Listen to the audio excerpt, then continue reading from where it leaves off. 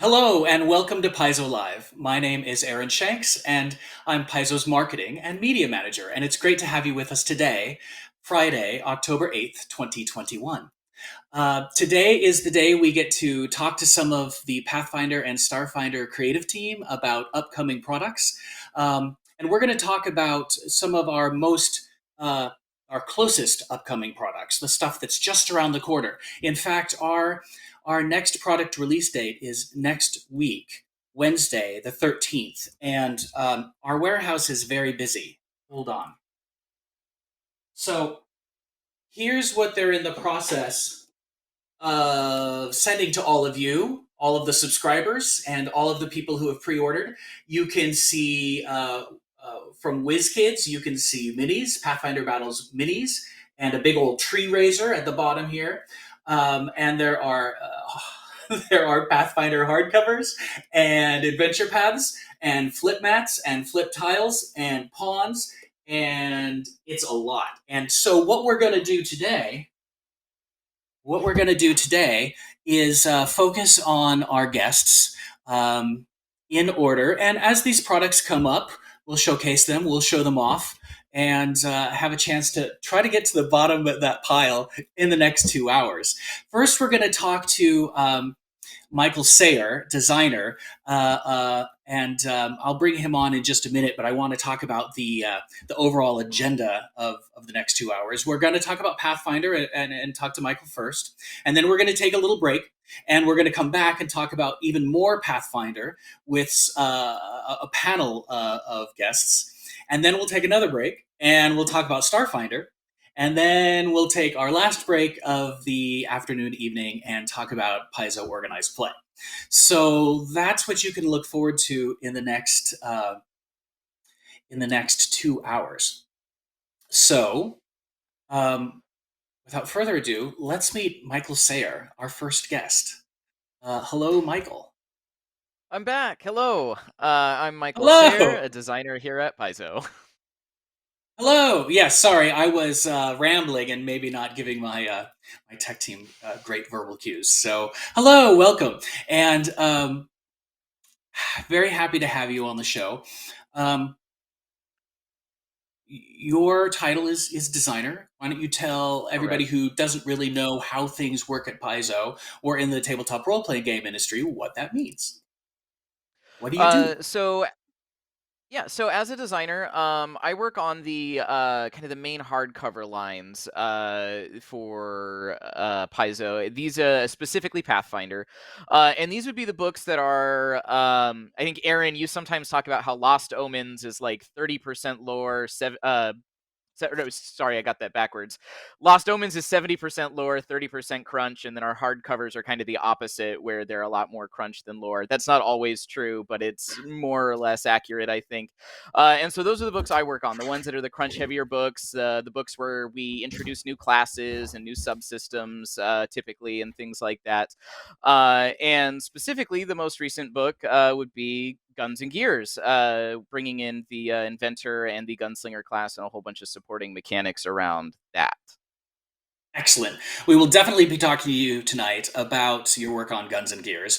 And also, you've been a very busy freelance author, wearing a couple of hats Yes. at Paizo. So we also have some products to talk about in which you are the author of those products. So let's just dive into Guns and Gears first and foremost. So let me show everybody what we have.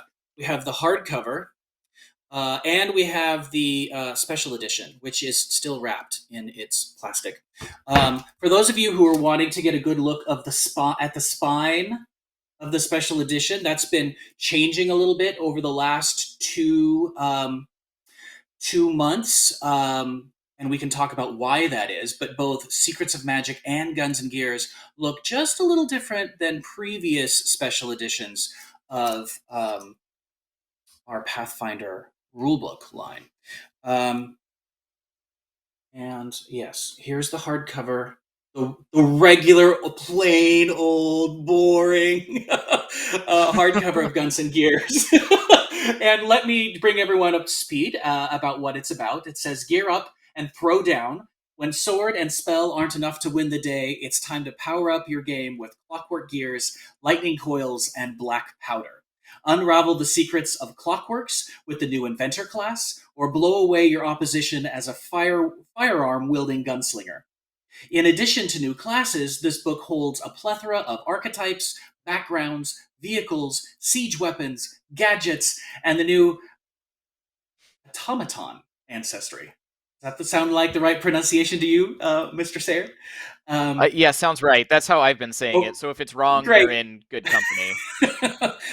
All ready to expand your game with options for battlefields large and small. Revolutionize your game with Pathfinder Guns Years. So that is the newest hardcover that's about to come out by you, Michael Sayre, and Mark Seifter. Names on the cover. Um, so let's. I think that's a good beginner's introduction to what this book is about specifically. Now let's talk about where it falls into. We've talked about what I usually say is the rulebook line. It's like the 80-20 rule. 80% rules, 20% lore. Right. And the Lost Omen setting line is 80% lore and 20% rules. Ish. There's a lot of variability Ish. there. Yeah. Yeah, but it's a good guideline in explaining it to people, right? Yep. So how does Secrets of Magic and Guns of Gears are a little different than the previous hardcover rulebooks that you all have been creating. How would you explain that to people? So one way to kind of think about it is that the core rulebook, the advanced player's guide, the game mastery guide, and bestiaries 1, 2, and 3 are essentially the core game. If you have those 6 books, then what you have is a complete Pathfinder second edition.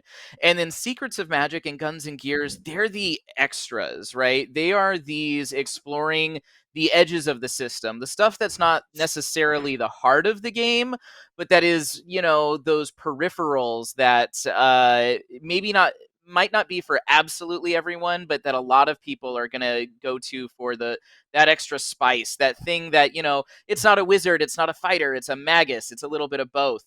It's not a spellcaster, but it whips up all of these strange gadgets and has magic like effects in the inventor, it's kind of the peripherals of the game, but I hesitate to use the word peripherals just because it maybe makes them seem a little less cool than they are, and I happen to think they're really, really cool. Indeed, and the and firearms and clockwork to some extent have always been a part of the Lost Omens Galarian setting. It's not Absolutely. peripheral if you're into the Pathfinder setting. That's true, isn't it? Absolutely, yeah. We have the nations of Alkenstar and Dongenhold in our setting where guns are very common. We have the goddess Bry and Absalom, and this entire kingdom of New Thassalon where clockworks are common, as well as continents like Tian Sha that have the clicking caverns where they're full of all of these clockworks that are kind of doing their own thing. And so if you are into the lore of Galarian, if you play in the world that is kind of the primary campaign setting for our game, then these things suddenly probably become a lot more prominent for you, and definitely are a part of our setting in a way that they may not be a part of everybody else's. Indeed, yeah, that makes sense. Well, looking at the book, I can tell that it is divided into I'm going to call three sections that seem pretty modular. The first is 2 chapters about gears, and then 2 chapters about guns, and then a fifth chapter called the rotating gear, which I think is mostly lore focused. If I had to uh, summarize it. Does that sound like the structure that you envisioned and that you designed? Yeah, we joked a little bit when this book was still in the early development stages about how it was Guns and Gears and Galarian, and that actually led us to the idea of like, well, you know what, maybe this is a 3-part book, maybe this is really 3 smaller books all bound together, and so collectively they all give you a picture of technology in the world of Galarian. But individually, they give you the tools to, build a campaign that has one part of these but not another, however you want. It's intentionally very modular and intentionally set up in a way to make it very easy for you to take the stuff you're excited about and, leave the stuff you're not. Excellent. And I think Pathfinder uses a system of rarity, common, uncommon, rare, to help GMs and players have an understanding of what's common and commonly found within the setting that we've created, but also I would say it seems like it's your designer's perspective about what GMs might want to really consider optional in any setting, even if you're homebrewing. Does that sound right? Correct. Yeah. So, most of the options in Guns and Gears are uncommon, and what that means is it's kind of like a flag that says, "Hey, on the lore side of things, this stuff may only appear in certain parts of our setting, right? It may be a little more geographically limited than other things like, the fighter class." But then on the other side is also a flag to have you go talk to your GM. Since it's got that uncommon tag, you shouldn't just assume that inventors are appropriate for every campaign. Your GM might be running a much more medieval style campaign where it wouldn't really mesh with their story if somebody rode in on a clockwork horse, which is an option. So, Amazing. I'm going to keep us moving. We could talk about Guns and Gears for a full hour, just the two of us. But there are two other products that I want to talk to you about. Um, And just so everyone knows, this gentleman has a date with his wife. It's his birthday, her birthday Herbert. this evening. So yes, her birthday. So well, we have him for about 25 minutes, and then we're gonna let him go so he can catch a ferry in true Seattle style. Um, so the next thing I want to talk about is a product in which you're an author for, and it was announced at Gen Con. Our product page is not yet live, but it is the Pathfinder one shot, uh, Headshot the Rot. And there is our final cover, as you can see in front of you. And let me see if I can describe it for folks. Taking a much needed relaxing break in between escapades, four gun toting adventurers post up in a dingy bar in one of Alkenstar's entertainment districts. Right across the street at a theater, people flood inside to catch the premiere of a highly advertised play, but what comes out of the theater is far more dangerous. As people scatter to safety in the dusty streets, it's up to the group of gunslingers in the bar to set things right.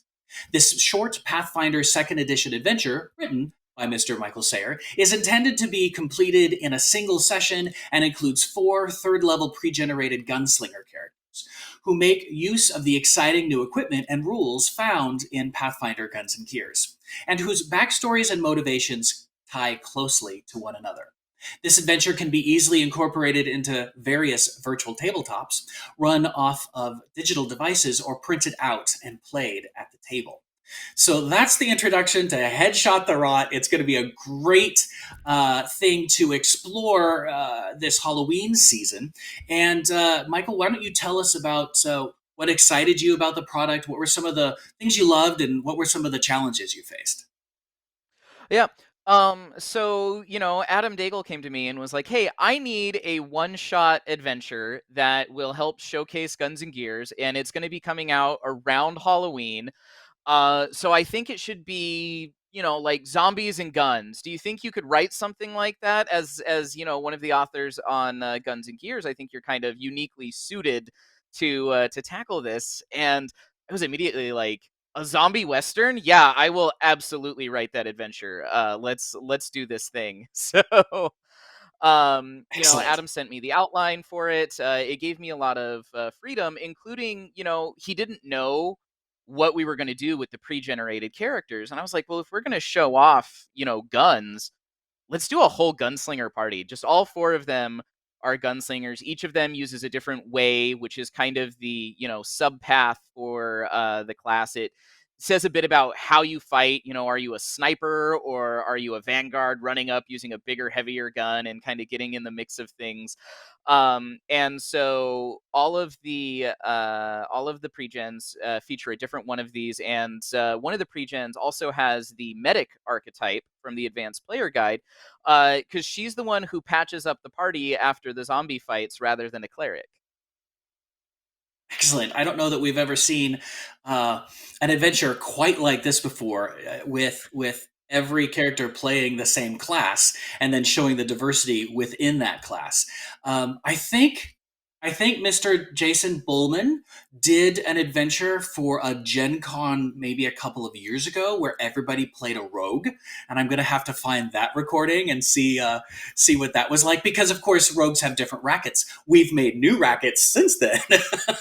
But that's the closest thing that I can think of to something like Headshot the Rot, and I think it's really exciting. I'll let everybody know that we will be producing it here on official Paizo on Twitch on October 27th. So look for a blog from me about the 15th in which we unveil the product in writing and debut talk about who the cast is going to be, because that's still coming together. But there'll be a chance for you to see it live and then play it. So I'm really excited. It's gonna be great for Halloween. The last product that I wanted to talk about is one in which you were an author as well, and that was for let me find my notes. Strength of Thousands, Volume 5. That's the Strength of Thousands Adventure Path, Doorway to the Red Star, Volume 5 Adventure Path. So, just to let our viewers know, because of the way our guests work, we're going to start with Volume 5, which comes out next month in November. I'll read to you the description, and there will be spoilers, so we'll manage that process. And then we're going to go in reverse chronological throughout the next 2 hours, talking about Volume 4 and Volume 3, because of the way our guests are structured. So let me find my notes there about this product. Um, Here it is. All right. Okay, I'm going to hold up my hand, and that will show that I'm reading the back cover text, and it might be spoilery. And then when I take it down, you'll know you can listen again. So here I go. 3, 2, 1. Soar above a planet of adventure. Armed with the knowledge that a long vanished ally lies on the other side of a magical portal called the Doorway to the Red Star, the heroes must earn the trust of the portal's guardians and then travel through it to a planet of red sands and high adventure. Working to gain allies among scholarly brain creatures and shifty rat folk, the heroes infiltrate a massive airship to fight to free their ally from an insidious trap. The Strength of Thousands adventure path continues with Doorway to the Red Star, a complete adventure for character levels 15 through 17. Okay, I've taken my hand down. You can listen again. Um, so I don't want to talk too much about the plot, Michael. But were there any particular things that you very much enjoyed or were challenged by? What should I put up my hand again and let you be spoilery? And then after that, let's talk about some of the back matter, because that can be more universally exciting for everybody, regardless of whether or not they're playing this particular plot. Yeah, go ahead and throw the hand up for a moment. Okay, here we go.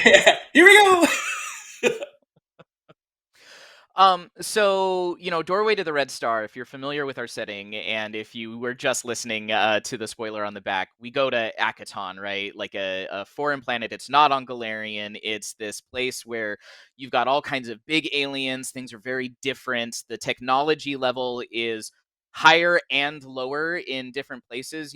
They have guns that are a little bit higher tech, but then they also don't have basic amenities that we have here.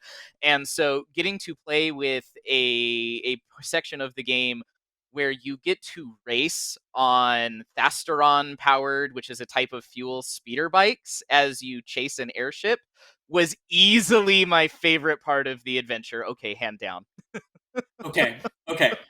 So I will say it sounds like people who are interested in getting some Starfinder in their Pathfinder and some Pathfinder in their Starfinder might really like this adventure. But not, Very much so, but it sounds yes. okay. Okay, yeah. And what kind of back matter can we expect, or were you involved in? Sometimes authors aren't involved in the back matter at all, and sometimes they are. Yeah, so I wrote this cover to cover pretty much, including the back matter. I did something with the back matter, some of the magic items that I was actually really excited about when I saw what the developers had done after I turned it in, because they preserved a big chunk of what I wanted, which is that most of the magic items have these really big stories behind them. You know, there's some hooks, there's certain spells where you can maybe find these stories out, or the GM can weave the story into the game, because you'll have contacts in the game who will probably be more familiar with some of these magic items that the party's going to stumble onto than they will be when they find them. And that was really fun, because just this entire adventure path is so rich in lore and interesting characters. And I like that just about everything in the back matter, every monster, every magic item continues to add to that lore and really helps, in my opinion, kind of build just the general vibe of the entire adventure. So, Excellent. Fun. All right. Well, so we've talked about Guns and Gears and given people just a little taste of what that is. You can find out a lot more on the Paizo Paizo.com website by going to the product page, reading more about it. There have been, you might want to go back and watch some of the Gen Con videos in which we dove into Guns and Gears quite a bit. So you can circle back and watch that.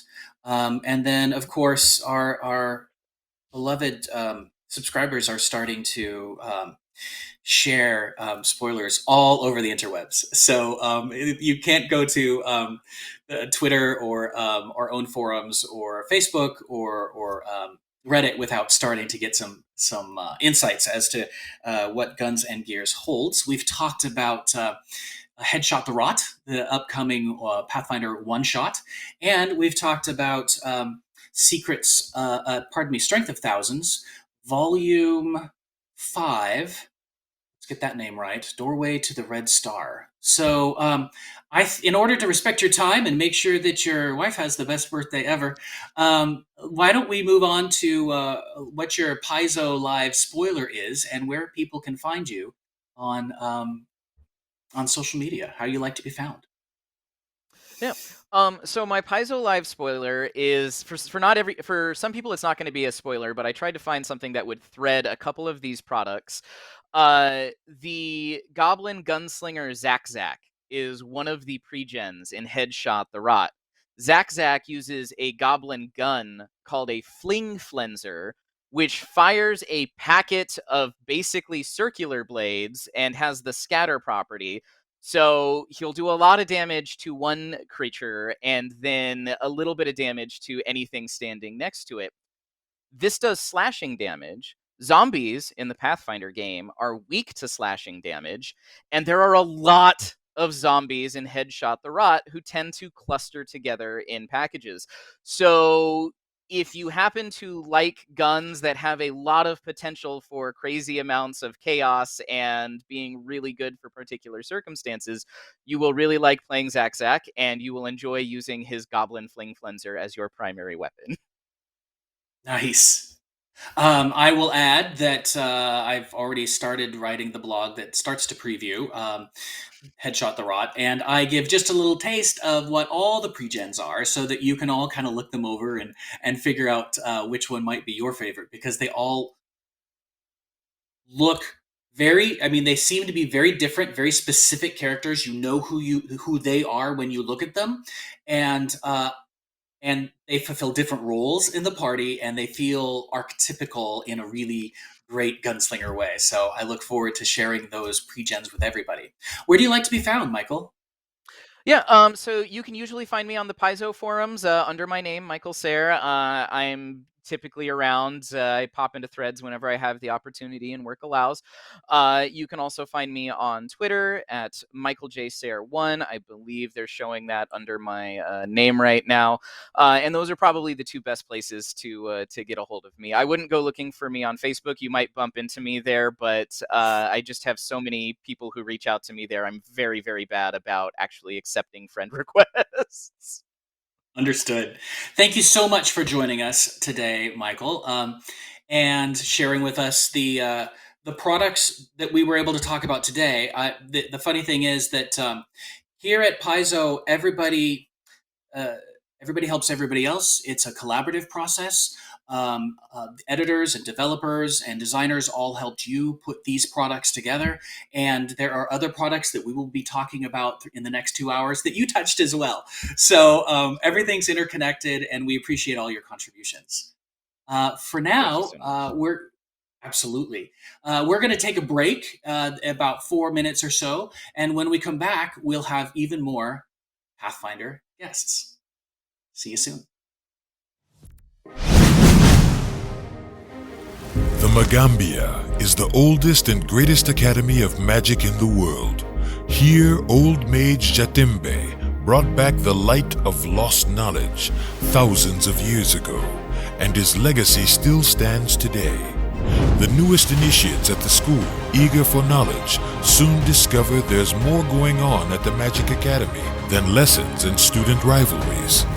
As years pass, the students are destined to become teachers, responsible for the Magambia's reputation around the world and beyond.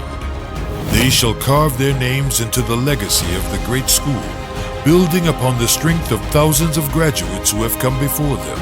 But learning never ends, and neither does the danger.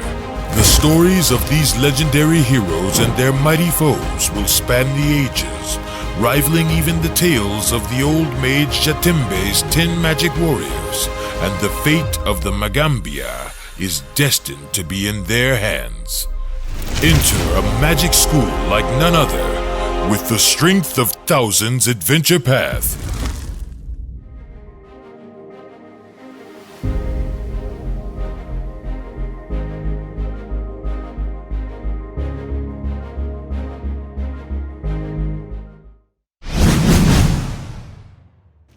The Ruby Phoenix Tournament, the world's greatest martial arts contest, held in honor of the legendary sorcerer Hao Jin, the Ruby Phoenix. The final team standing in this once-per-decade contest wins a grand prize, their choice of a single item from Hao Jin's magnificent vault of treasures. This year, Hao Jin herself will preside as the grand judge. But to receive the honor of just even meeting the Ruby Phoenix, the contestants must first prove their mettle and strength in the untamed jungles of Danger Island. Only the 8 greatest teams will proceed to the metropolis of Goka to compete for the title of Ruby Phoenix Champions during a year that promises to be unlike any other. Countless untold mysteries await the challengers. Will it be mysterious scoundrels like the Lightkeepers? Brave friends such as Tino's Toughest? Or will it be your team of adventuring heroes to claim the Sorcerer's Prize? Let the games begin with the Fists of the Ruby Phoenix Adventure Path.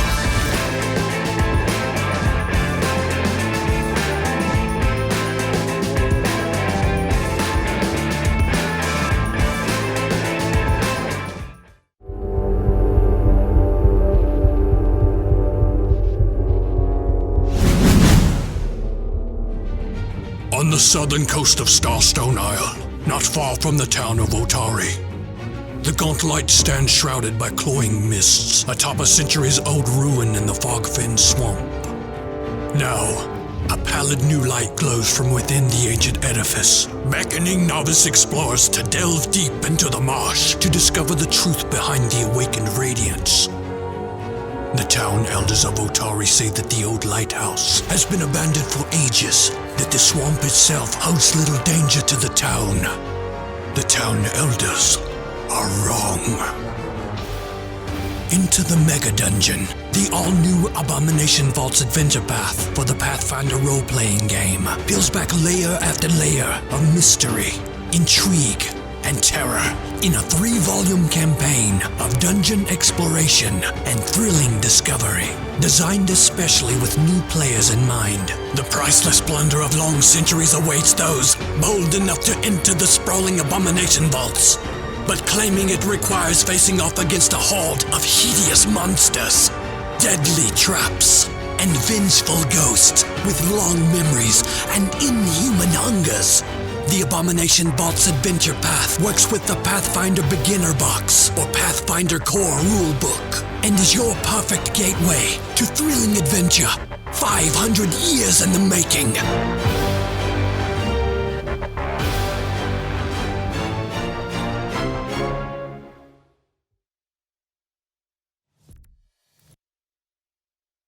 Hello, and welcome back to Paizo Live. I'm Aaron Shanks, Paizo's Marketing and Media Manager, and your host this evening.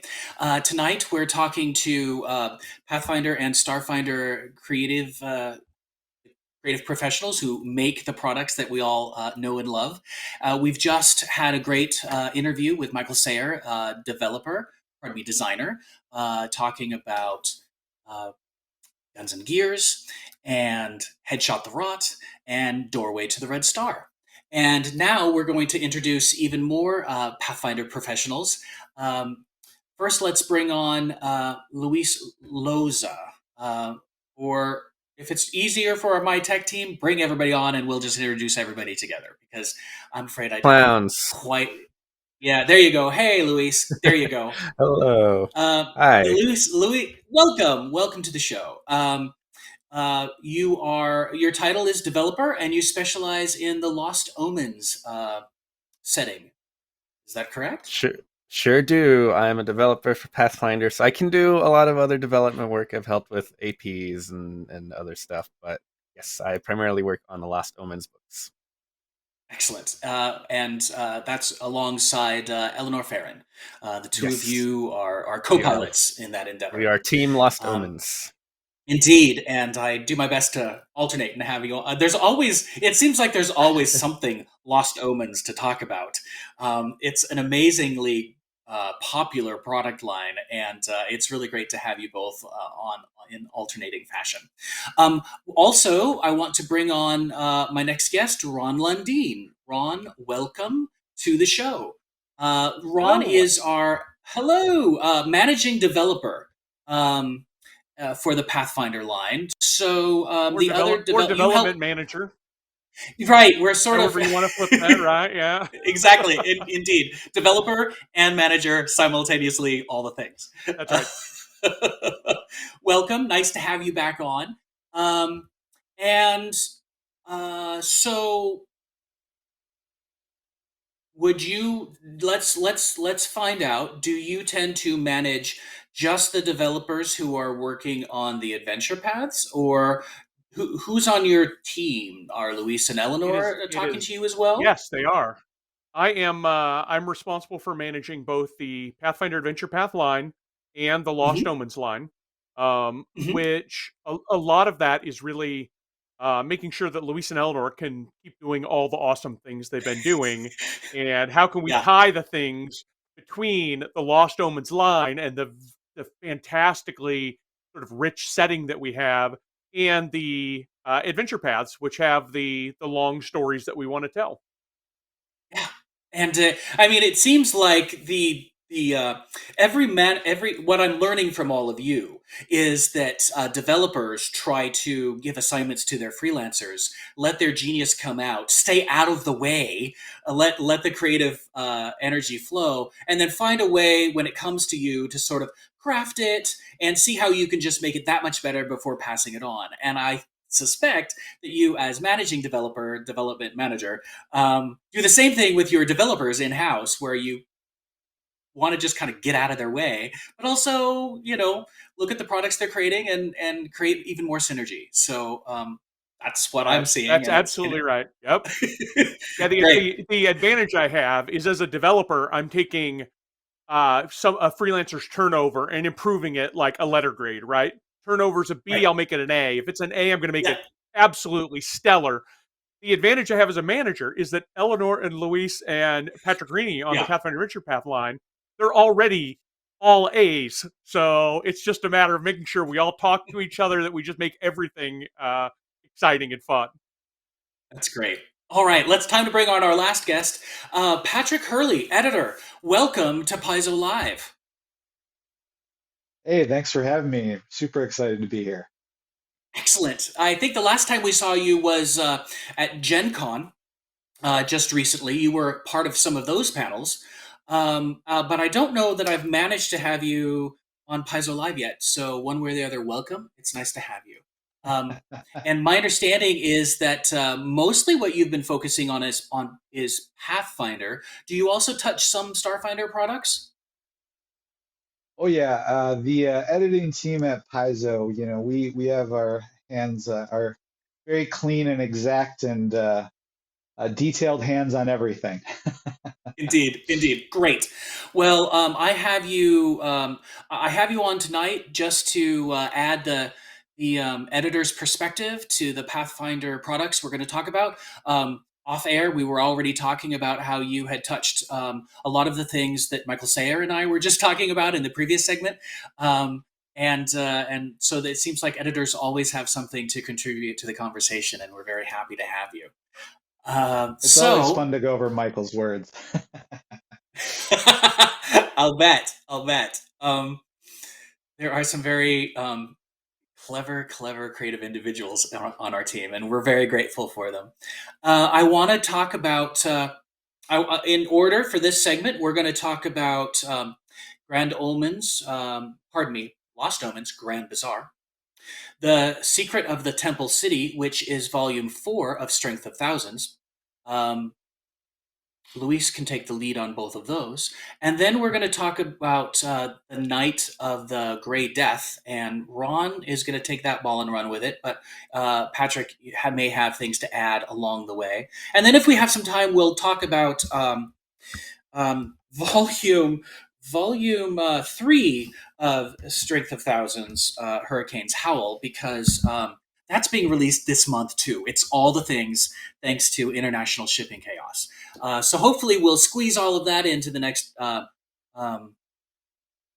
hour or so. Let me start by just reading the back cover of the Grand Bazaar hardcover, and letting everyone know what the book is about. In case you've been living under a rock. But wait, there's more. A turn of the corner of the city street reveals a marketplace where almost anything can be found.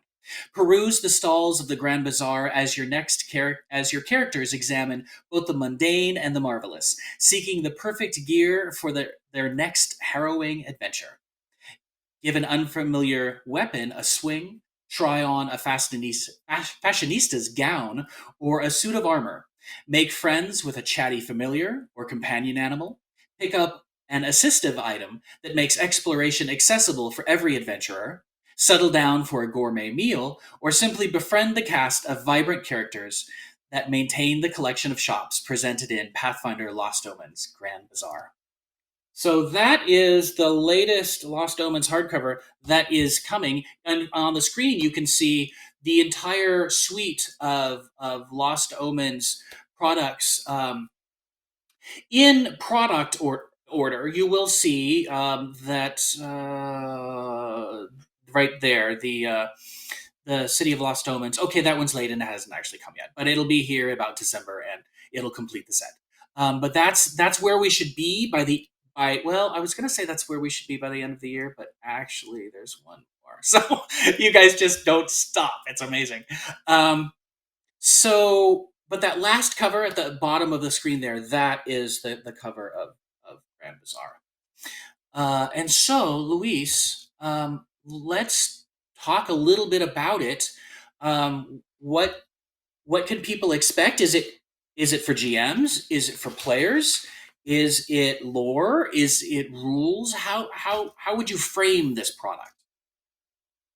Well, like most Lost Omens books, I'd say all of them, in fact, it is both for players and GMs, and it has rules and setting flavor and lore and stuff. So it has a bit of everything for everybody. In this case, though, it does happen to lean a little heavier towards players than it does GMs, or at least more for players than it usually does. A book like Long Expanse has a lot of setting material, which I think GMs can get a lot more out of than players sometimes. But here, it's all up for grabs. It's all for everybody. The idea being that it's a big marketplace and there's something for everyone here. That's terrific. What we're seeing now are images pulled from the hardcover. Some of them were shown at Gen Con, but they're so gorgeous. We needed to make sure we brought them back. We see we see tattoos. We see I guess we could call them stalls. You know how merchants have Yeah. stalls in the Grand Bazaar. I mean, some of these are a little big to be called a stall, but that's probably what you'd say in a thumbnail version. And I think I don't know. Are some of these places bigger on the inside than they are on the outside? They seem to hold a lot of equipment. um, I wouldn't be surprised if there's a shop or two making use of some fun magic like that in the Grand Bazaar. In some cases, like the stall we're seeing here, which is for the Kraken's Ink tattoo, this is actually just kind of like a little place you can come by and see what's for sale. But if you want to actually go get a tattoo, you have to go to a different part of the city where the actual bigger shop is. It doesn't even fit in the Grand Bazaar. At the best, you're just kind of getting a little directory stall that tells you where to go to get cool stuff. Oh, that's great. That makes sense. I mean, it's their kiosk, just to drum Yeah, up business. exactly. And then you go, and then you go actually make an appointment with the tattoo artist. And if it's anything like real life, you wait 6 months, 9 months, depending on Yes. the popularity of the artist. And I think the structure. I mean, I'm looking at the table of contents, and are there 20, 30 different shops?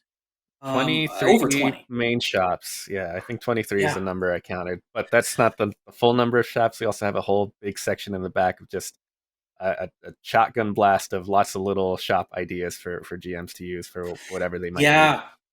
I see a chapter here called Back Alley Shops, and I think that might be Yeah, what you're talking about.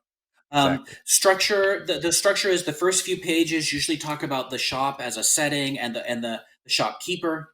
So Hmm. that's lore and flavor. Yep. But invaluable to a GM. I mean, Yes, that's just definitely. juicy content. I mean, and then you turn the page, and there's usually some kind of um, I'm looking here, some stuff, some items. Let's see, um, just full of rules and stuff to buy. So that's going to make Yeah. both GMs and players happy. How did you balance? I mean, I guess every item had to be balanced in terms of making sure it was appropriate for the setting. Was that a team effort between editors and developers and freelancers? Well, there was a lot of, I'll call it pre-production work that was done with figuring out the layout and just kind of the whole arrangement of the book. It was very easy to say, all right, we're doing an equipment book. Let's just fill it to the brim with items from Yeah, from cover to cover, and here's 8 pages of alchemical items, and here's 8 pages of new weapons and 8 pages of new armor. But then that's not a Lost Omens book.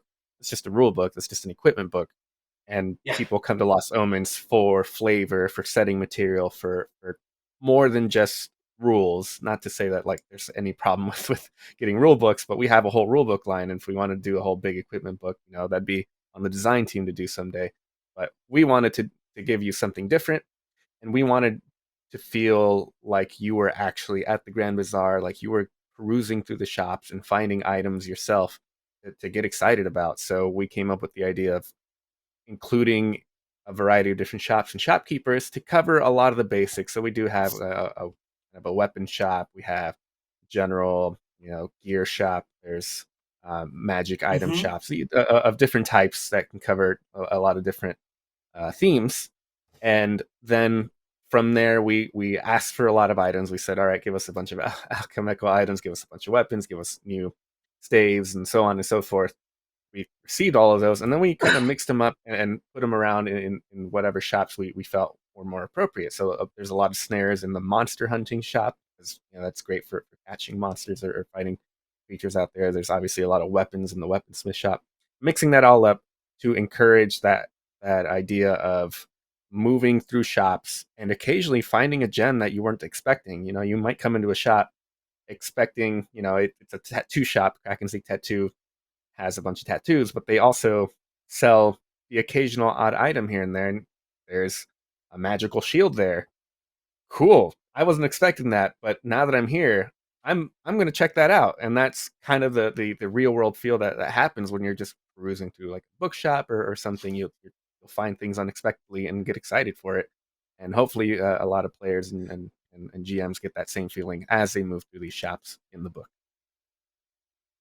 That's really deep and amazing content, very site specific. I expect this allowed you to go into items that were very specific to our setting, the gods, the factions, the things that are really lost omens live here.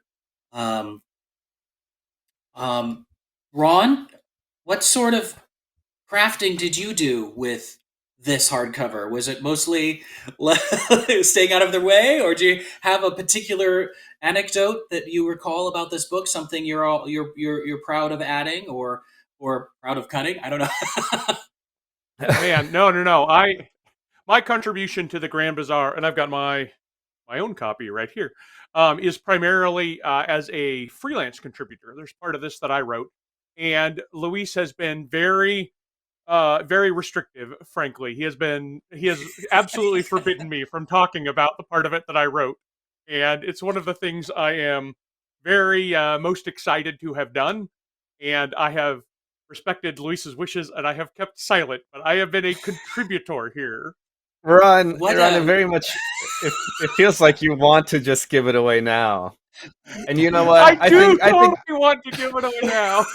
I think it's fine if you tell people now. We're a few days out from the book coming out. I think it's fine if we reveal the big secret that we've been holding on to for months and months and months. You're awesome. I really appreciate that. There's a new ancestry in this book.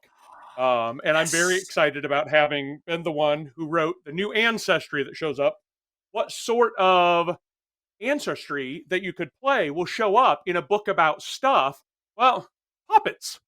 So now you can play basically dolls or constructs, mechanical wind-up toys and the like that have been given life. So there is puppets already exist in our world. They are sort of little fun helper constructs that people have. Every so often, either a bit of magic that's gone very erratically, or just the right kind of clockwork spark in something, or maybe like an innocent child just wishing hard enough. One of these puppets comes to life, and it becomes a thinking, acting creature, and the Grand Bazaar has the rules for you to play one of these puppets as an adventurer, as a character, pursuing your own hopes and dreams. That's amazing. I'm really glad that we talked about it. I wanted to reveal it. I'm glad that we did. I'm personally very enthusiastic about this ancestry. It's super cool. And so, yes, I'm going to have to keep us moving on to the next topic, but I did want to do two things. One is mention that there's this, I think, is there an archetype back here, or am I crazy? Maybe I'm there are thinking three of one of the. back there. There's a couple, Right? three. There are. Let's just say there's more archetypes. There's more for everybody. It's not just items. No, you can find anything at the Grand Bazaar. Yeah, exactly. So, Patrick, do you have any sort of cool memory about the Grand Bazaar that you participated in, or an anecdote about your connection to this product?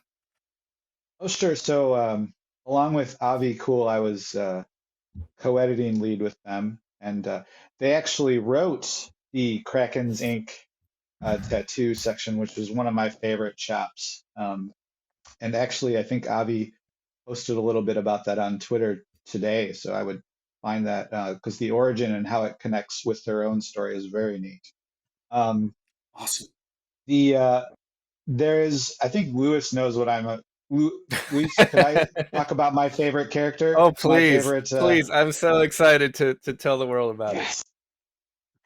So in the back, in the little back alley shops, one of my favorite is one called No Left Feet, and it's a dance studio run by a little scallowing coatl with no feet, but they are so good at describing dancing that they are the most popular dance place in the Grand Bazaar and have hundreds of customers who just have these giant dances while they're floating, flying around, like instructing them how to dance. And the art for it is like, it's what I use if I need to feel happy.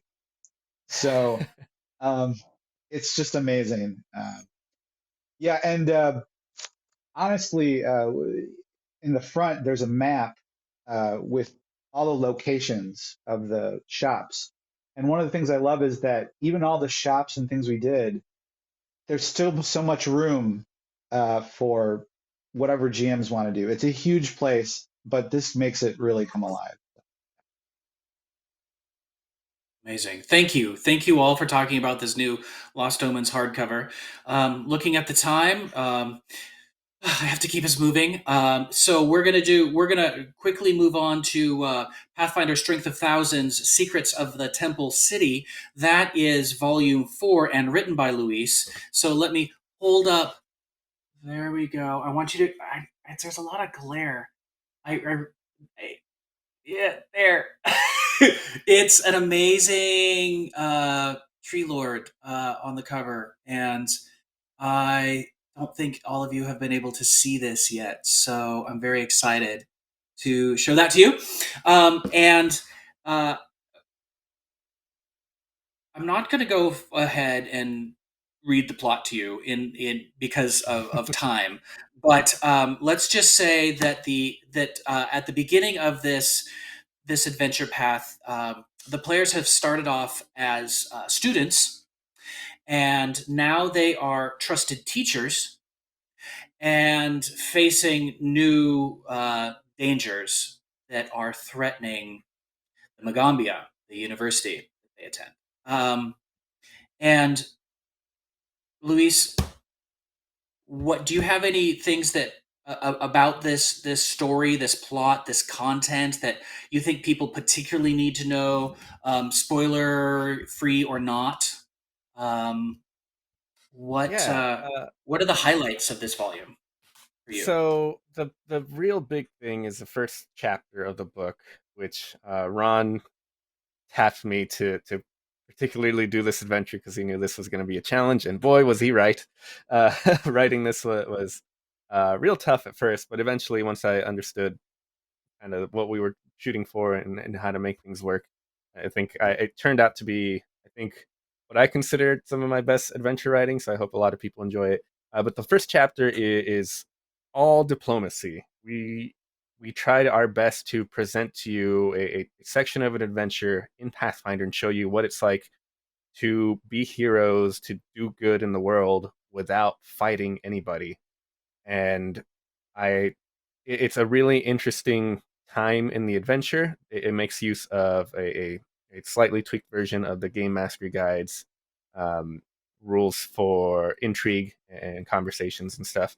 And you get a whole level's worth of adventuring, at least in terms of XP and stuff, from just chatting with people, from conversing, from presenting arguments and trying to convince people to change their ways, do good, and kind of really make a difference in the world with just your words, not with any sword or magic in hand. True to being the spirit of teachers at a university devoted to making the world a better place. That's really great. I will say for our viewers, what we're looking at are some pictures, some images pulled from, I believe, the first adventure path, sort of giving you more a flavor of the adventure path itself. There is an abundance of gorgeous art within all of these volumes that you are not going to want to miss. I think I'm going to take this opportunity to swing over to Night of the Grey Death, the Pathfinder standalone adventure that Ron Lundeen wrote, because Ron, I was looking at the description here of it says Gothic horror. Night of the Grey Death is a Gothic horror adventure in the vein of Edgar Allan Poe's stories. These tales feature horror and mystery, but rarely contain extended fight scenes. They extend focus on uncovering eerie truths and witnessing supernatural events.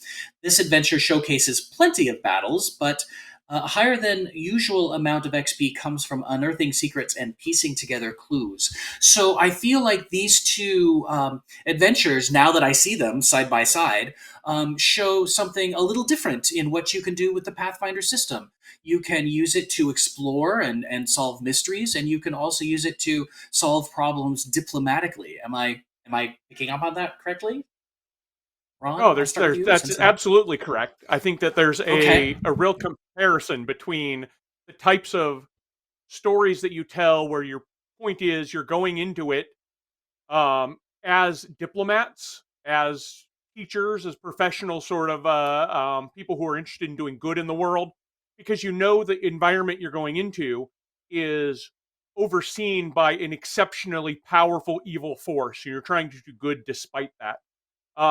That type of attitude is prevalent in Night of the Grey Death as well, because anybody who knows our setting knows that the people in the nation of Galt live in fear of the masked executioners known as the Grey Gardeners, who will take people from their homes in the middle of the night for public and gory executions. It's a rule by terror, and even high level heroes need to tread carefully around them and pull on clues to mysteries in order to change people's minds, to uncover what's going on, to determine what supernatural elements might be at the core of this. Amazing. I know that Galt has a long. This adventure seems to be something that longtime Pathfinder players are super excited about, because this is the wrapping up of like a plot thread, some conflict that's been going on for quite some time. So I know they're excited about it. Um, I know that. I mean, with Halloween coming up, it seems like besides Headshot the Rot, if you want to shoot zombies, that's definitely an option. But if you want to try to, save the countryside from evil guillotines that steal people's souls, that's probably good for Halloween as well. And so just suggesting that as an option, anytime you invoke Edgar Allan Poe, I think that gets my attention during Halloween. What do you think if you don't know the Pathfinder setting so well? Um, um, Patrick, did Oh, like if you're you? not Are, deep into this, you yeah. What if mean? you don't? What if you don't know Galt so well? How's it? How's it?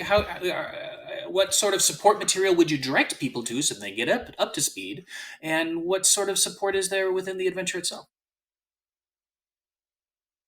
Is that a Patrick question or a Ron question? Yeah, good. That's a good question. I was sort of wondering if Patrick. I had two thoughts there. Let's make that a Ron question, and then I have a different Okay. question for Patrick. Okay. Part of the disadvantage of wrapping up a plot that is in a nation that we haven't been to in a while otherwise is that it was really necessary to spend some time explaining what Galt is, who the Grey Gardeners are, why people are afraid of them, not only in background for the GM, which the adventure includes, but in the course of play, have the players understand, oh, these people are really powerful and really dangerous, and everybody's afraid of them. Sort of, and here's why. It's not something that you need to go into with a lot of background, which makes it really good for people who are trying to explore one part of the setting without being real scholars of the lore. If you're like, Gothic horror sounds fun, Nathaniel Hawthorne, Edgar Allan Poe, high level of play sounds fun. I want to see what a 16th level character can do. Then Yeah. this is going to be a good entry point for you, regardless. Okay. And Patrick, how does an editor work into that process? Do you try to look at the text from the eyes of someone who doesn't know the setting? Are you trying to look through, you know, Does this make sense? Can I understand what the situation is based on the words on the page? Um, I, I, can you tell me about that process and how you interact with the writers and the developers who bring this content to you? Oh, I think you might be muted. I think we lost your audio. Oh, okay. Stand by. We still don't have you. There. I heard a sound, but it's not. Yeah, we lost you. It might be best for you to dial back in. Now, Oh, wait, there you are. am I back? You're back. Sorry about that. Yes. No, it's good. Thanks for bearing with us. Oh yeah, no. Sometimes we talk about that like as editors, we'll kind of have a strategy because we like to have someone who knows the lore and also someone who knows a little bit, but like is still coming to it a little fresh because that way, if you have questions, it's kind of a good test run to see how involved it is. And but yeah, no, we use like the wiki and we use the archives of Nethys, and we have just an endless amount of source books that we rely on. And usually when it's a new setting or a classic setting like Galt, like generally we like to do sort of a basic read through review. um, I wanted to make sure. Sometimes we'll just ask in chat, okay, what's this region? Is there an analog? Like, Galt is sort of a bit, the French Revolution, but just if it was a nation forever. And Yeah. what we're kind of like seeing and the themes we're playing with. So yeah, but it depends because there is a balance between trying to be true to people who love the setting or are, have been fans for a long time, and making sure that everything is kind of correct for them, but also for new tabletop players, just so they can, as Ron said, just kind of play, never having been to Gulp before. So yeah, we want to have a balance. We don't want to go too into it, but we want to make sure that Yeah. the things we're saying are right. Fact checking, we always are fact checking any bit of lore we see, which can lead down to some fun rabbit holes. Whew, yeah, there's a lot of lore to check after about 20 years of expanding this particular setting. So that's got to be a team effort. Well, I will go ahead and hold up the cover of The Night of the Grey Death. Lots of glare. Sorry about that. And it wouldn't be a true marketing professional if I didn't make sure that I was also including the flip mat that goes along with the adventure, that is sold separately, but is an absolute must-have for playing this standalone Pathfinder adventure. And that's probably all we have time for Pathfinder tonight. So I want to go back to our guests and ask them for their Paizo Live spoiler and how they like to be found on the internet, how they like to how our viewers might be able to interact with you personally. Ron, let's start with you. Sure, I'll go first. One of the things I'm most excited about in our game is the fact that we've expanded the types of sort of evil creatures that live outside of our mortal universe. Sure, there's angels and demons and devils, but we've got a type of creatures that feed on fear. Evil creatures that feed on fear called Sokils that are sort of wholly a Paizo invention, and there's a lot of great options, a lot of different variety of Sokils. As you might expect, Sokils, creatures that feed on fear and terror, absolutely drawn to Galt. And so if you want to see a couple of brand new types of these fear-feeding creatures, you'll find them and face them in Night of the Grey Death. All right. I am Ron Lundeen. I could be found on the Paizo forums under my name, on Twitter at RPG Ron Lundeen, and I blog at runemukgames.com. Thank you, Ron. All right, Luis. Let's. Yeah, your Paizo Live spoiler, please. And how can you be found? Sure thing. If you want to find me, I have a convenient website that happens to have a lot of links to where I am, luisloza.com. So that's easy enough. Looking here at the little bottom half chevron thing, there's my Twitter account name at Donato Classic as well. So either of those will be a great place to track me down. As for my spoiler, original spoiler was to talk about the puppets, but I think that has come and gone already. So I will instead talk a little bit and give a little spoiler, a little kind of big spoiler from my adventure from Secrets of the Temple City. So here I'm going to raise my hand talking the spoiler for people who don't want to hear it. There is a point in the adventure where if the players play their cards right, they will be part of an apotheosis of a new deity, and by the end of it, there will be a brand new deity added to the setting, and that their stats are even in the toolbox, so players can start worshiping them, or GMs can include them in their adventures right away. So that's an interesting thing to look forward to, I think, in that adventure. Oh my gosh, mind blowing! That's a big turning point. Great, thank you for that spoiler and for knowing how to find you. And then Patrick, where can people find you? And do you have a Paizo Live spoiler for us? Sure. Yeah. People can find me on Twitter. It's HURLEPAT, at Hurlpat on Twitter. Old college email address handle that I made into a Twitter account. And I post about short fiction and that I write on my own and Paizo stuff a lot. My spoiler is Halloween related. I'm the editing lead on the upcoming Book of the Dead. And there's a lot of great things in that. And one of the things that I'm announcing as this is true is that one of our ancestries you can now play as is a skeleton.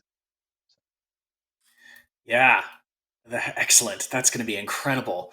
I think Book of the Dead will have the skeleton, and yes, probably more than that. A lot more. So yeah, right. That's so exciting to get that confirmed. Thank you, Patrick. Gentlemen, thank you for joining me tonight. Audience, let me talk about the remaining Pathfinder products that we didn't have time for yet. This, of course, I've been going in reverse order. This is Strength of Thousands Hurricanes Howl by Michelle Jones. And that is volume 3. And that came out, it comes out this Wednesday as well as volume 4. There is this Flipmat Classic Thieves Guild, which the Flipmat Classics are reprints of things that were so popular in the past we needed to bring them back. So that will be available at your favorite local game store come next week. And lastly, the Flip Tiles Fortress Walls and Towers expansion. So this builds on an existing larger box devoted to the Fortress. It's called the Fortress Starter Set. And this expands that set. And I can tell you that these are amazing. You can kind of just take all these squares and rearrange them in whatever order you want and create your own space. They're great for homebrewers. And, if you take the images, if you buy the PDF and take the images, you can, put those on BTT as well. We do sell these both as... when you buy the digital product, you get both a PDF and a bunch of JPEGs. So lots of different ways to use these accessories. That's what we have time for in terms of Pathfinder tonight. We were well past the first hour. And so we're going to take a break. And when we come back, we're going to dive into Starfinder. Looking forward to that. I'll see you in a few minutes.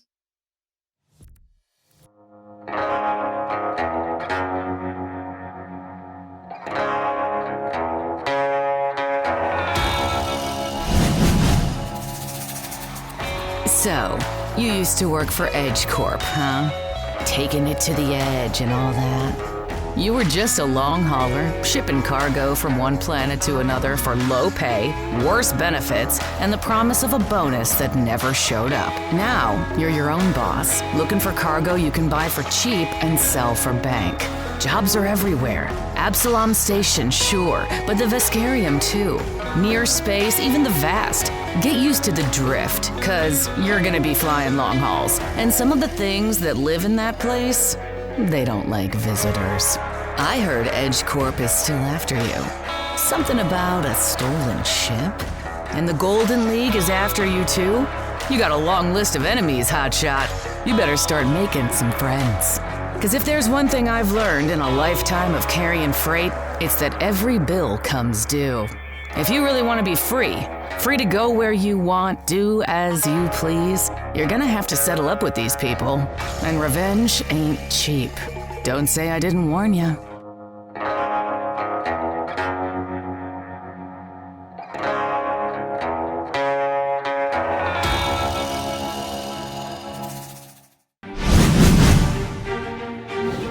Welcome to New Harmony. This recently discovered planet in the vast, currently devoid of intelligent life, has been designated as a settlement site. And with the generous backing from the likes of the Aspith Consortium, the Starfinder Society, the Xeno Wardens, and the Viscarium, that's where you come in. As administrators of your very own land charter, it'll be your responsibility to explore the lush, fertile landscape, catalog the various forms of flora and fauna, construct projects that ensure the health, safety, and prosperity of your citizens. Negotiate with leaders of other charters for the benefit of all. Uncover ancient ruins and solve a mystery millennia in the making. At the end, the world of New Harmony is yours, should you survive. Horizons of the Vast is a Kingmaker and space-style adventure path for 1st to 12th level characters.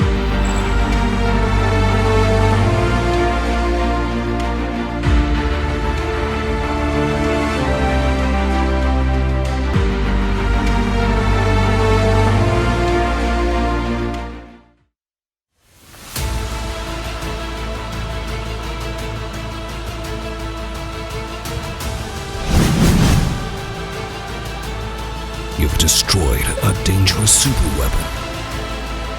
Stopped the threat of an invasion from another plane. Fought against a host of nigh unstoppable foes. And uncovered evidence of a vast conspiracy. But now, your biggest challenge lies ahead of you. In Starfinder's first adventures for higher-level characters, the remnants of an ancient warmongering civilization threaten the Pact Worlds, and only you can stop them. Will you rise to the challenge? Or will the devastation arc destroy everything you hold dear?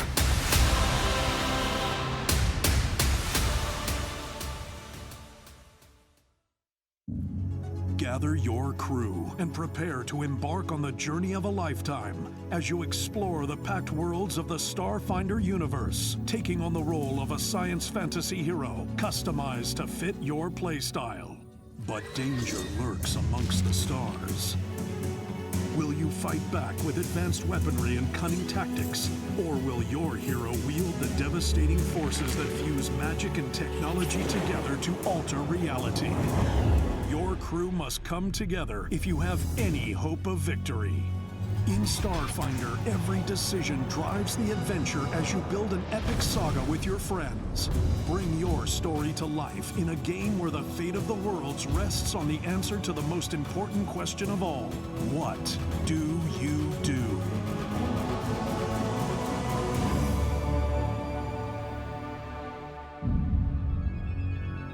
Begin your journey into the Starfinder universe today with the Starfinder Beginner Box, now available at Paizo.com, your local gaming store, and anywhere else adventure can be found.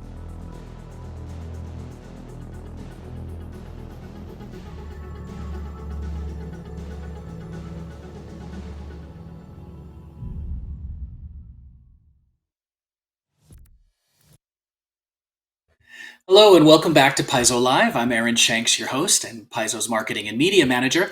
And in the last hour, we spent the last hour talking all about Pathfinder and all the amazing products that are coming out next Wednesday, October 13th, to your favorite local game store and to Paizo.com. Now we're going to switch to talk about the Starfinder role-playing game. And our guest today is Jason Tondro. Jason, welcome to the show. Thank you. It's super fun to be here. It's a pleasure. Yes, and Jason, Jason and I are going to talk about Starfinder um, tonight. But in truth, Jason, you've been promoted, and I believe senior developer is the new title, and that reflects the fact that you're really going to be working on both Pathfinder and Starfinder going forward. Do I understand that correctly? Yeah, that's right. Well, as you already know, you already talked with Ron, and you know that he's become a manager, a managing developer now. Well, so that means he has half less time to work on APs. So they needed somebody to come in and fill in that spot. So that's me. So I'm going to be working on Pathfinder APs and Starfinder APs, basically alternating back and forth. So I've got like left brain, right brain going on. Is that simultaneously or over or one at a time? I hope not, but probably yes.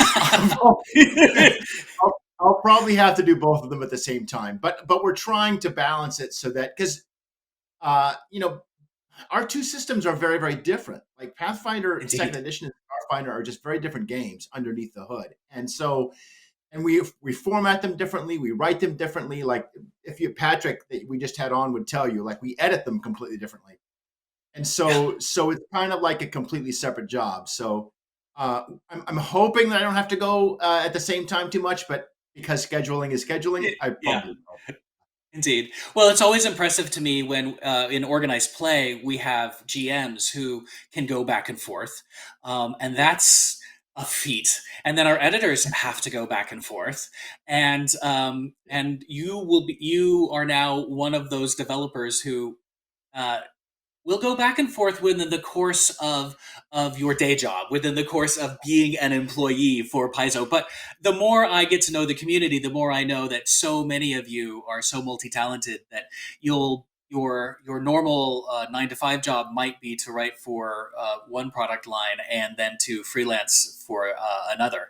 So and that would all be simultaneous. So my goodness, I'm hats off to all of you, and I'm always so impressed about how you can keep all those plates spinning. Yeah, I've just got done turning in both a Pathfinder and a Starfinder Adventure Path volume freelancing in the last 6 months. So, yeah. There you go. There you go. So you're never too far away from either setting. Well, I want to dive into the second Starfinder standalone adventure Sure. called "The Liberation of Locus One," and I'll hold it up here so that folks can see it. Beautiful cover. That's the cover. That's great cover. Yeah. Okay. There we go. We have a picture of this. I want to say that's the Sunrise Maiden. That's right. That's the hero ship. That's the iconic hero ship. Right. That's the iconic chased by hero pirates. ship. Yes, being chased by a pirate ship. Trying to minimize the glare there. That looks pretty good. And while I believe that ship was taken from our very first AP, That's right. Dead Sons. Dead Sons. It is also the iconic ship that represents, the player character ship in our art. Right. Is that the correct way to say that? Yeah, that's exactly right. And also, Geek Grind Coffee, we wanted to call out to them. They have one of our licensed partners has a Starfinder coffee now with this on the cover of the coffee packaging. It's whole ground coffee. That's how you can tell the art's good. Yeah, is when someone else makes coffee.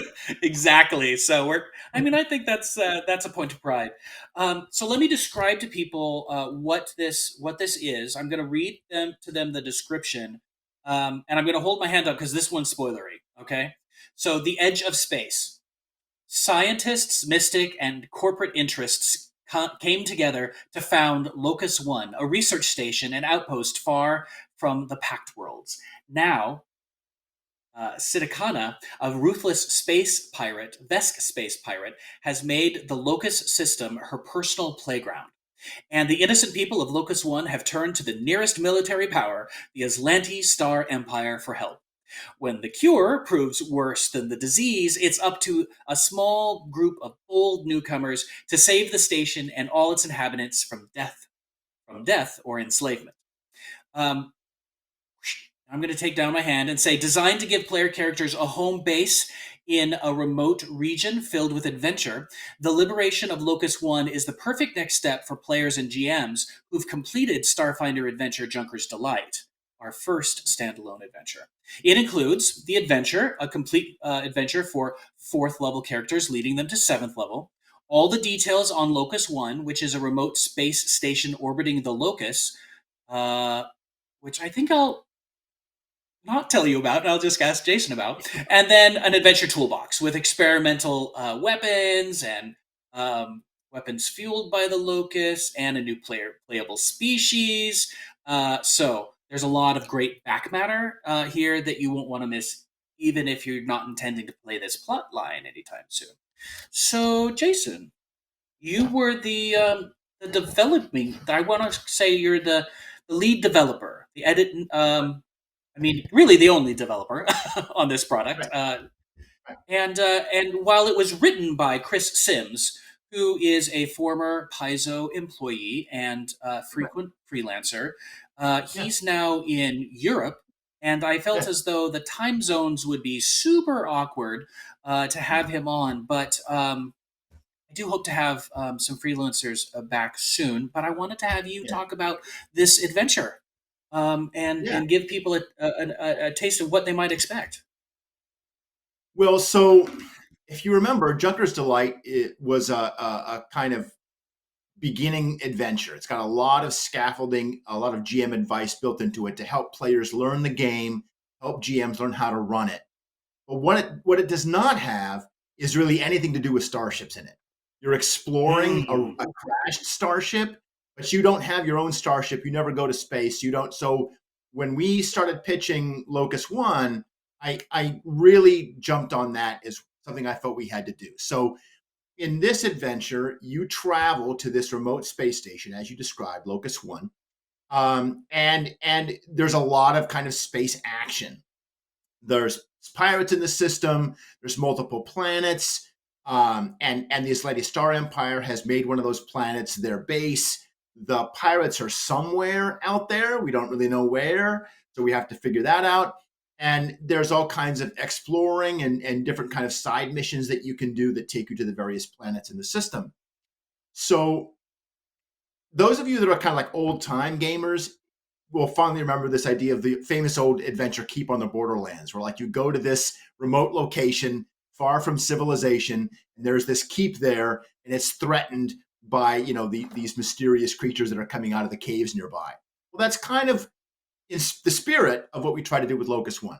So Locus 1 is this space station on the isolated frontier, and they've got a lot of challenges, a lot of threats out there, and the heroes are in a position to help them and kind of lead the defense, and also meet all the people that live at Locus 1, right? So you were talking about what is the Locus? Well, it's not exactly a star. It's got some weird magical phenomenon going on there. It helps create light and life in the solar system, but it's not a giant ball of plasma like a sun is.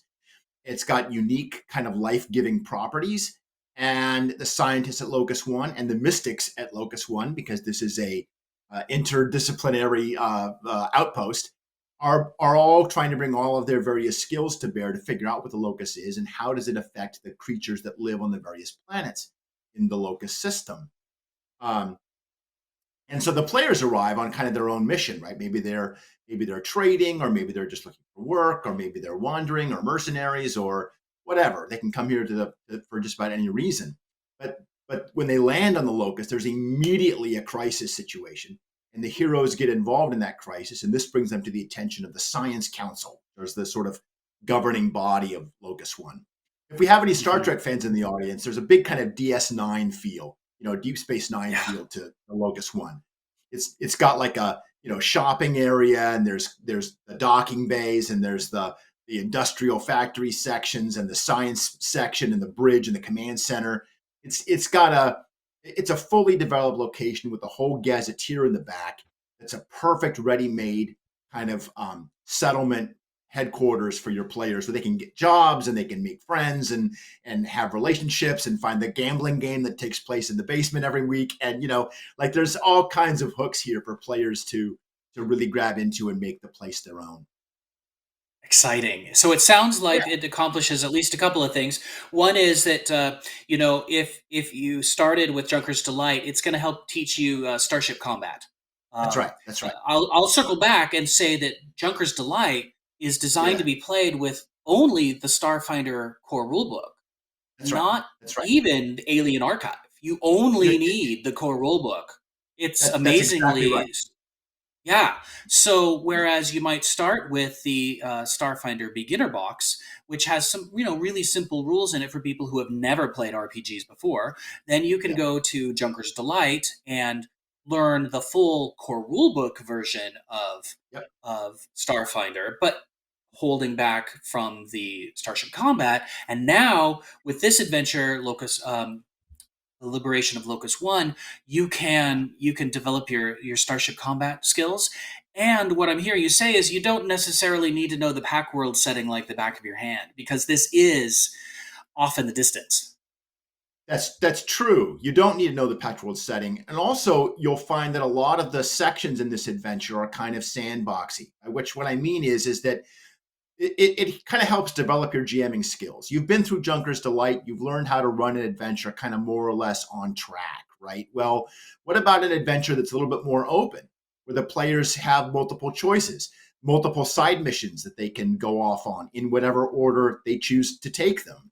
Or maybe they're exploring a site, like if you go and explore the Aslanti Star Empire's mining camp, where a bunch of androids are being used as forced labor. Well, how you investigate that camp is really up to the players, and it's very open ended. And depending on where the players go, the GM will have to adjudicate many different possible approaches. And so what you'll find is it's a little bit more challenging in terms of GMing than Junker's Delight is, but that's on purpose. We're kind of ramping you up, and by the time you finish with Locus One, you've got a lot of different kind of GMing styles underneath your belt, and you really kind of mastered the game by that. Terrific. I really like to see the intentionality behind what the team is doing. Yeah. Thank you for sharing that. I want to move now to Volume 2 of Horizons of the Vast Serpents in the Cradle. That is the Starfinder adventure path that is ongoing right now, and we are shipping this volume as well. It is written by Hilary Moon Murphy, and I see your name here as a developer as well. Right. And I will describe it to people saying that the main idea is that you have a colony. You're in charge of a charter on a colony on a planet. Doesn't have any sentient life on it. Plenty of life, but not sentient life. And in this volume, I'm not going to give a lot away. Things start to go that you start to have trouble in paradise. Probably there was trouble in paradise in Volume 1 too, but things are going even more askew in Volume 2. And this one, it's an adventure for third level characters. It includes a detailed look at the AIRSHIPS Consortium by John Compton, and that is a faction, an organization within the Starfinder setting that I believe is in the core rulebook, right? So this is the great return of the AIRSHIPS Consortium. They do get like one page in the core rulebook, but we haven't really. They're a long-running antagonist, mostly in organized play. Pathfinder Society have been fighting AIRSHIPS Consortium for 15 years. It's a long-running faction, but we haven't really given a full Starfinder update. So I got Compton to come in and write that for us, and it updates the AIRSHIPS Consortium for the Starfinder setting. It makes them a great antagonist organization, and the way that they're organized, their new leadership, all the various branches and training, some of their gear, like their updated AIRSHIPS badges, which is a big deal that any longtime Pathfinder players will instantly recognize. So we're really bringing back that faction and making them updated, a fresh, interesting new look at them, but also making them a great antagonist force. But also maybe a little bit more shades of gray. So if the players want to get into the AIRSHIPS Consortium and maybe play one, there might be some ways to do that. That's great. Yeah, I flipping back, I think in some of the back matter in that toolbox section, I think there are some player options that connect you to the organization if you want to go in that direction. Yeah. The toolbox also has like Solarian stuff in it. We're continuing our tour of the Waydana system. So there's a whole write-up of the Waydana 2. along with a bunch of animals and creatures that live in Waydana too. So if your GM wants to take you there, there's a whole biosphere and ecological, stuff all structured there. So plenty of creatures to meet and tame or fight or run from, depending on your player character's abilities. That's great. It says the toolbox features relics of an ancient philosophy, unnamed, a collection of creatures that could threaten a burgeoning charter, and a glimpse at a world with an ocean of liquid mercury by a host of well-known authors and freelance authors that are the bedrock of the Starfinder community. So that's what I think you're referring to, that toolbox of options. And some of that sounds like it's great if you, it'll certainly work in this particular volume, but it could work for any Starfinder game. A lot of these are universal. For sure. All of these creatures can be moved to any planet. There's the section of the artifacts in there are Solarian artifacts and relics that don't have any connection to Waydana 2 or this adventure. So if you want to put in like these sort of weird Solarian artifacts that have strange powers and unique one-of-a-kind things with their own stories, those are all in here. There's 3 of them, and they all are very weird, and they have like their own kind of adventure hooks built into them, and they grant weird, unusual powers that nothing else does. So yeah, there's a lot of story, especially for your Solarian players out there. Excellent. I always think of our adventure paths as going back to Paizo's beginnings as a magazine, where we were creating adventure, but all these other things that were just useful and coming to every month. And I guess I would just encourage people to think of the adventure path line as monthly magazines that have, yes, a plot in them, but also all this other back matter and tools that you're going to want to use for your game, even if you can't dive into that particular plot that month. And I think that's all we have time for in terms of those 2 products today. Before talking about the other Pathfinder accessories that I have in front of me, I would just love to check in with you about how people can find you and what your Paizo Live spoiler might be. So my Twitter handle is Dr. Comics, all one word, DoctorComics, and you can find me on Twitter. That's where I am most of the time, Dr. Comics on Twitter. And then for a spoiler, so we already know that we have this ASPIS Consortium article in here, but there is an ASPIS Consortium archetype here. So if you want to play the ASPIS Mastermind, you can play a member of the society, of the ASPIS Consortium. He's got the class has all kinds of really cool abilities that allow you to plan these really elaborate schemes that allow you to like give the various members of your group special free actions that they can use during the game when the right moment is called. It's like, okay, so like you're going to get to aim your weapon for free. You're going to get to like take a 5-foot step for free. You're going to get to like draw a weapon for free. Or you're going to like to get to sleight of hand pickpocket someone for free. And then when you give the word, everybody gets their free actions, and you get to just watch the plan unfold, right? So it's this really elaborate. It really rewards players who like to plan ahead, and it gives that kind of heist feeling to an adventure. Yeah. If lots of strategy and tactics. Yeah. Oh, excellent. Thank you, Jason. I was really looking forward to those. I will thank you for being on the show tonight and staying late on a Friday, and wish you a really good long weekend. We all have Monday off, so this is our last hurrah before we take a little extra break. For our viewers, I'll talk about the 3 Starfinder accessories that are also shipping out from our warehouse, and that is, here's the Tech Revolution pawn collection. It's thick, it's full of cardboard pawns, it's got small creatures and medium creatures, but it also has vehicles and mechs and mechs and mechs. It has huge mechs and gargantuan mechs and colossal mechs. And I just want to make sure that you're aware that this exists, and you're going to want it. Also, we have Starfinder Flipmat Space Colony. I love Starfinder Flipmats. They don't come out quite as often as Pathfinder Flipmats, but they're really interesting to use. And if you're anything like my homebrew group, sometimes you end up using you get Starfinder in your Pathfinder. Sometimes you end up wanting to use some of these alien worlds and landscapes in to create a really unusual magical place within Pathfinder. So think about that crossover. And lastly, we've got Alien Planet Ruins expansion. That's right here. It's green. Let's get the glare off of it. There we go. And this pairs with the Alien Planet starter set, which is a much bigger box. And so if you want to have more alien mysterious ruins, also good for Pathfinder, I highly recommend the flip tiles. Okay, that's all the time we have for Starfinder.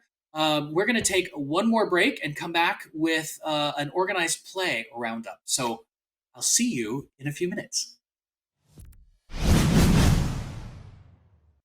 The latest releases for the Pathfinder and Starfinder role-playing games are arriving at your local game store in Paizo.com. Tech Revolution expands on Starfinder's cutting-edge science and gear, providing your characters with the tools to thrive in a futuristic setting. Whether you're racing the streets in a custom vehicle, planning your next digital heist, or arming your mech to fight dragons, Tech Revolution has what you need. Discover the new Nanocyte character class, whose body hosts an army of robotic nanites that empower and defend you in battle. Build your own Titanic battle robots and then hop into the cockpit and square off against epic threats using the Mech Combat System. Unleash the new dynamic hacking system, expand your character's abilities with new class options, or simply employ all of the cutting-edge technology in your next battle. The heroes are sent to an ancient ruin on a rescue mission to free an enemy in Pathfinder Bounty, the Blackwood Truce. Can the heroes negotiate with the agents and bring them to safety? This 1-hour adventure is perfect for 3 to 6 first-level heroes.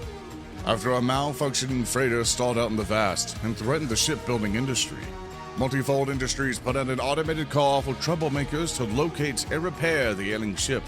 A group of heroes answers the call and boards the ship with the aim of discovering the root of the problem and solving the ongoing shipping crisis in Starfinder Society Precious Cargo. With pressure mounting against a legal claim on one of their lodges, the Society sends a group of heroes to assist in the defense. The PCs quickly find themselves doing far more than paperwork when a ghostly specter seemingly accuses the Pathfinder Society of some heinous act. Forced to investigate the ghost's appearance, it's up to the PCs to figure out the truth behind the message and what is really going on in Pathfinder Society, the East Hill Haunting. The Pathfinder Society recently came into possession of a magic bell that was plundered from a community of halflings living somewhere in the Laughing Jungle. Our venture captain believes the bell is a critically important object to this community, and he needs a group of skilled heroes to learn precisely where the bell came from, then return it to its rightful owners in Pathfinder Society, Echoes of Desperation. The PCs soon discover there is more to the bell's story, and returning it is no easy task when there are others who want the bell for themselves. Society scenarios are single-session adventures designed for a wide range of character levels. Join the Pathfinder Society and Starfinder Society today at Paizo.com and play with friends from around the world or across the table. Step into the arena and pit your players against ruthless rivals from the Fist of the Ruby Phoenix adventure path. The Fist of the Ruby Phoenix Pawn Collection features more than 170 NPCs from the Fist of the Ruby Phoenix campaign, including malevolent martial artists, charming challenges, and brutal beasts to meet, beat, and defeat in the Grand Arena. Add legions of monsters foes to your collection with the Bestiary 3 battle cards, featuring over 300 monsters from the Pathfinder Bestiary 3.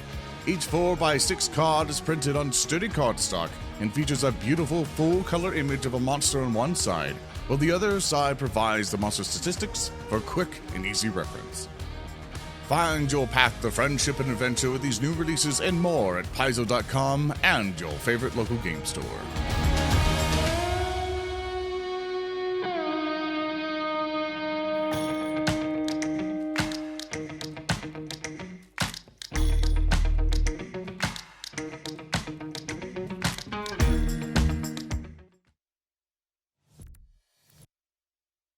Hello and welcome back to Paizo Live, our final segment. My name's Aaron Shanks. I'm Paizo's marketing and media manager, and I just almost gave myself a promotion to director. Did you hear that? No, marketing and media manager, and and your host tonight. And we're in our final segment, as I said. We've talked a lot about Pathfinder for the first hour and the plethora, the abundance of products that are coming on October 13th. And we've also talked about Starfinder and 2 adventures that are dropping on October 13th at Paizo.com and your favorite local game store. It's been a joy to talk to my coworkers. It's one of my favorite things to do every month. And lastly, I'd like to introduce Linda Zayas-Palmer to talk about organized play, Pathfinder Society, and Starfinder Society. Welcome, Linda. Hi, thanks for having me. Thanks for being here. Thanks for, we're saving you the best for last. Thanks for being patient and going last. We definitely wanted to let Mr. Michael Sayer go first tonight because, as I said, it's his wife's birthday, and we wanted to get him in and out in order for them to go off and enjoy their Friday night. But I think next Paizo Live, maybe we start with organized play. I think it might be your turn. Whatever works for you guys, right? We appreciate you. So let's see. Let's talk about who you are and what you do to clue people in who might not know what organized play is or what you do. Could you give us a 30-second elevator pitch or so? Yeah, so I'm the development manager for Digital Adventures, which means that I manage the folks who work on the organized play scenarios, such as the Pathfinder and Starfinder Society scenarios, the bounties, which are our new-ish 1-hour first-level adventures that we've got for Pathfinder and will soon have for Starfinder as well as the one-shots. So it's really an all-encompassing digital umbrella. Indeed. Thank you. And you manage the developers who are on that team, yes? Yes, that's right. I do not manage Alex, who handles the a lot of the operational volunteer coordination stuff. Right. So what you're concentrated on are the actual products that Paizo creates to support organized play. Is that right? Yes, that's right. If it's a PDF, if it's a digital exclusive PDF, then my team probably had something to do with it. And I have to work on my own categorization because it's not just organized play. It's also the bounties, as you said, both Pathfinder and Starfinder, and also the one-shots. Those are moving into your team as well, as I understand. Yes, that's right. Starting with the one that Thirsty talked a bit about, that's going to be coming up at the beginning of next year. He was just posting more about that on Twitter with like a picture of an ominous red-colored mantis. So. Yes, there's a bit of a passing of the baton going on. Other people in the company have written those one shots, and for instance, that's why I interviewed Michael Sayer about Headshot the Rod. But in the future, Thirsty's going to be at the helm of those projects. Maybe not writing them all, but definitely in charge of coordinating them. Yeah. No, so it's that's gonna exciting. It's going to be like people have come to expect from our adventures, where we freelance out to our immensely talented pool of authors to write and create content, and then we develop and design and edit and all that kind of stuff in-house. Although of course, a lot of our in-house folks love taking up our own projects too. So I can see how that can get a bit confusing, but right. Well, not going to be writing all these things. Right, he's just in charge of the program and the overarching arc throughout the year. So about all the products, and so that's great. And if you want to find out more about the digital adventures that we have planned in 2022, I recommend you go listen to some of our Gen Con recordings from just a few weeks ago, where we dive into everything Thirsty is doing and some of those new one-shots that are coming your way, as well as the Pathfinder bounties are going from level 1 to level 3, and the Starfinder bounties are starting at level 1. Do I have that right, That's correct. Linda? Yay! Okay, I'm listening. paying Yeah, attention. because we were So decided that, like, yeah, we tried level 1 and we wanted to make sure that level 1 things were around, but we also got some feedback that people might want to try things that were a little higher level. Since one of the goals of bounties is to keep them really accessible and entry level, we want to make sure that they are still levels that have pre-generated characters that are available for people to pick up and play and print for free on paizo.com. But there is room to expand past level 1, and so we're going to be watching very closely what people think about that level 3, and that's going to determine what we do in the future for both Pathfinder and Starfinder bounties. So please share your opinions. it's great to see that growth, and it's great to see that innovation out of the team. I'm excited to see what happens. Let's talk a little bit about Starfinder Society, the adventures that just released, and the adventures ahead, and then Pathfinder Society, the same topic. I'll let everybody know that release dates for digital-only products are much more consistent. They do not depend on international shipping issues, and it's always, I knock on wood and say always the last Wednesday of the month. I think maybe I've seen Yes. the last Wednesday of December sometimes hits, maybe you want Yeah, so we to a look little at early then, but otherwise. yeah. And whenever we've got like a big convention and a premiere and stuff like that, we Yeah. got to make sure those things are ready earlier so that GMs have a chance to prep for those. Yeah. But generally, you're going to be Generally. seeing the release date of stuff is going to be that last Wednesday of the month. Yeah. So we just had September releases, and the October releases are just a little further out than the print products, which are releasing October 18th. So let's go back to Starfinder Society. September, where are we at? So speaking of shipping delays, Precious Cargo is a scenario that was sort of inspired, and Jenny's talked about this on streams too, by thinking about the Suez Canal incident, a different shipping delay, and thinking about, like, well, what if the Ever Given had feelings? What if there was a stalled ship that had feelings? And then this just spiraled out into, like, this adorable adventure in which you can literally ship ships. Oh, wow. Okay. So looking at, like, what does it mean to have like a ship what does it mean to have like a ship that has feelings, and what's going on in this whole situation. So it's really adorable. sweet. It's written by Diego Valdez, and if you're looking for just some adventure to be like, aw, then I recommend this one. That's great. Well, that's ships with thoughts, sentience, and feelings are in the heart of science fiction and science fantasy. So that's completely within the Starfinder wheelhouse. I love it. Yes. One of the great things about the Starfinder wheelhouse is that so many things can be completely within the Starfinder wheelhouse. Yeah, I mean, I think of it as a sci-fi science fantasy Swiss Army knife in a really good way. I mean, it's got specificity in certain genres, so that you can go deep into hardcore sci-fi if you want to, or weird, crazy fantasy if you want to. And I've seen really horror APs and experiences, and lighthearted, funny ones. So it runs the gamut, and I think we like it that way. Is there another September scenario, or is that the main one for September? That's going to be the September scenario, yeah, for Starfinder Society. But we do have two coming up here in October.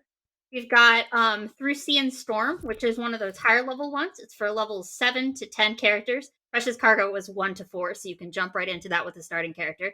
But Through Sea and Storm, 409, is an adventure where the planet Falskar, which is a planet that's inhabited by and built for giants, really is one of those places that doesn't like outsiders. But the first seeker of the Starfinder Society has managed to get the PC's permission to explore some restricted ruins. They have a situation where they had a lot of flying sky cities, and then there was something went terribly wrong and those crashed. So the PCs are gonna get a chance to delve in and try to explore some of the mysteries behind this planet's history. They might discover some dangerous secrets along the way, and how what they discover and how they conduct themselves is going to have a big role to play in whether the Starfinder societies are is going to be a companion to exploring these mysteries, or whether the Starfinder Society is going to get itself banned from this planet for all time. So, if you want to be part of making that decision, then play the scenario so your GM can check that little box and we can see what happens. Excellent. That's a great way to point out that Starfinder Organized Play, Starfinder Society is an interactive world campaign. You know, a living campaign, we like to say, and the choices that you and the players at the table make affect the outcome of the setting and of the adventures and of the history of the society. And really, that it's all really canon. I mean, it does. I mean, you guys are really great about respectfully having like different turf than the people who are making adventure paths and standalone adventures, but it's all canon, folks. So it's really real, and that's really exciting. I think that's one of the ways in which we can create a tighter, closer community is because it's really interactive like that. Sure. Is there any more to say about Starfinder Society, or should we move on to Pathfinder Yes, we've got Society? a second scenario for October. The Way In by Dennis Muldoon. This one is an adventure for level 5 to 8 characters. There's this big ongoing crisis that's the meta plot of the season called the Data Scourge, which is a massive group of hacks that have messed up data. And also, when you hack things and you mess up data, then you might hypothetically get an army of killer robots under your control, and that might also be a problem for people. So, the Starfinder Society's been picking up on all these leads of where can we go to strike against the Data Scourge. And there's like this villain that's kind of been one step ahead of them. But this is going to be a chance to the breadcrumbs and the clues have led the Starfinder Society to this base that's a launching point for this Data Scourge fleet. And so they're going to have a chance to come in and strike a telling blow. But the problem is they can't just go Death Star laser the base and attack everything, because there's prisoners on board. So in this scenario, there's like this big starship combat that's going on, and then also they need an elite strike team to go in and infiltrate that main vessel and take it out. And I bet you can guess who the elite strike team is. That's you. Excellent. Yes, that's so cinematic. I love it. So that's what we have to look forward to with Starfinder Society, and certainly some of that's the overarching plot, and some of it's more standalone. But that's really exciting. Take us back to Pathfinder Society now, and what just released, and what do we have to look forward to? Yeah, of course. So we've got let's see, just gonna go ahead and flip over there. We've got 2 adventures here. So there is the East Hill Haunting by Nicole Heights. This is part of the meta plot for Pathfinder Society. The general meta plot for Pathfinder Society is this society is facing all sorts of attacks on their bases of operations all over in different parts of the world. Some of them are more direct than others, and this one is actually a claim that's coming through the court system. And the PCs are called in to be like, oh, yeah, can you help us out with some paperwork? But when an adventure starts with, hey, can you come help us out with some paperwork, that things are about to go spectacularly wrong, because we wouldn't have an adventure that's paperwork finding, right? There is a ghost appears and accuses the Pathfinder Society of terrible deeds. And in order to make sure that the society doesn't just completely lose that case and their claim to their lodge, the society better figure out what really happened with that ghost, and if the Pathfinder Society was at fault, and resolve that case quickly. Nice. And our other one, Echoes of Yeah. Desperation, is an adventure that we came out with because we wanted to have something that took place in the Mwangi Expanse with all of the awesome Mwangi content that's come out. This one is co-written by Nate Wright and Mike Kimmel.